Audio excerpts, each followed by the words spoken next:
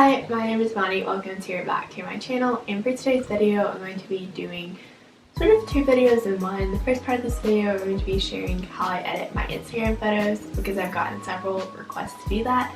And the second part of this video I'm going to be sharing the clip of me unboxing and reviewing my new wildflower case. I know these are pretty popular and I was originally going to make my own separate video for each one of these, but I feel like they're both too short and they mesh well together.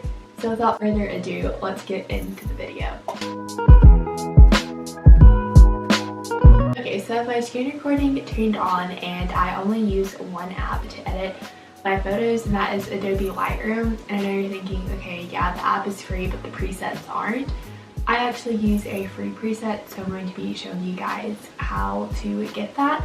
So for this you do need Instagram, and if you just head over to Megan_Marie32, her Instagram, she has a little highlight called preset. So if you go to like the very first picture and slide up on it, it'll pull up this link and you can either get the app or continue to website. You can just continue to website, press and hold on the image and click the add to photos. It's already in my photos, so I will not be adding it, but that's how you do it. And a lot of people have had issues with that, but that's how you do it. And if you have any further questions about how to get the preset loaded, then just let me know in the comments. So next you want to open up Adobe Photoshop Lightroom. Again, this is free in the App Store.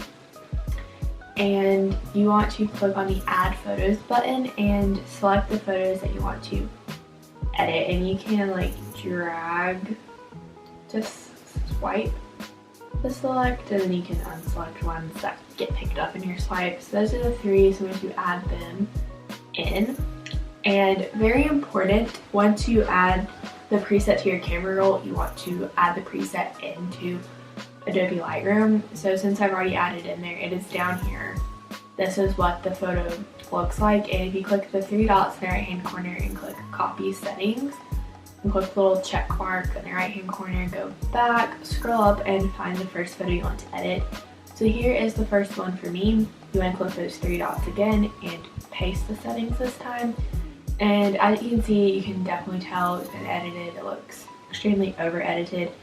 So the first thing I like to do is click on the color tab and take the temp down a little bit so things aren't quite as orange. But I still like to keep the temp pretty high.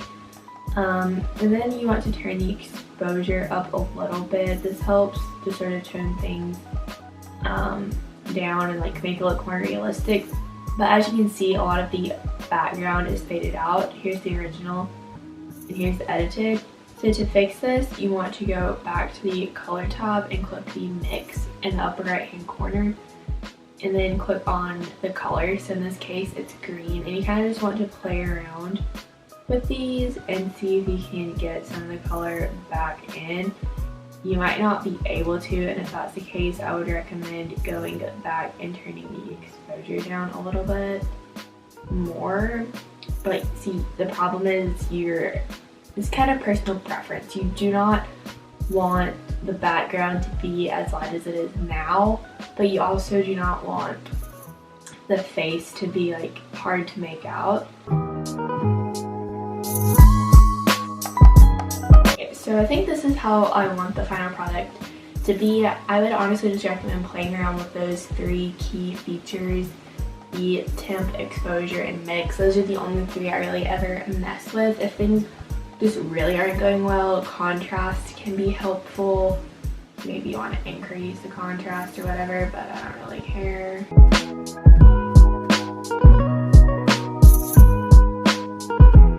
Okay, well, I messed it up, but I fixed it. That's the beauty of this. So once it's done, you just click the share and click save to camera roll, maximum available. So that is one photo, and that is a outdoor photo, but indoor photos can be a little different. So this is just a outfit pic that I took. So I'm going to paste it on there, and as you can see, things just do not look good off with that. So for this, the temp is up way too much, as you can tell with like my floor and stuff. So we're just going to take that down some, and then the exposure you have to be a little careful with because of the flash. So that's pretty good. It looks nice and bright now. The only thing is we've lost a lot of the blue in my jeans. The blues are really hard to play with though because you can get things looking a little purpley. So I'd recommend just sort of watching it as you go. Alright, I think that looks pretty good. It's nice and bright, and you can again save that to your camera roll and do maximum available. So if you have two pictures that were taken in the same location, like this one and this one, you can simply copy the settings from the one that you've already edited and paste it back on so you don't have to redo everything, and you can make adjustments as needed. So as you can see here, my face is a little washed out, so we're going to turn the exposure up and the temp down a little bit, and also figure out some other colors that could be causing issues with the background. In this case, I think the yellow. Yeah, so we can see the thing starting to come out a little bit more now. So that one looks good, and we can save it to camera roll. And that is basically all that I do to edit my Instagram photos. It's a very simple process. If you happen to have any more questions, let me know in the comments. And now here is my wildflower case review. It's kind of hard to tell, but this is broken and it just like keeps spreading further down my phone case. So I have the package here. I did order it through Urban Outfitters just because it was going to be cheaper. It was on sale and I had a $5 off code.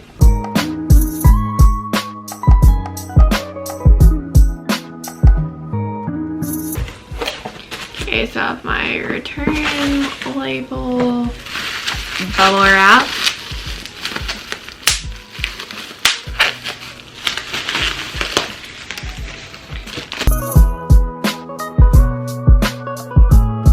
So I got the tie-dye one.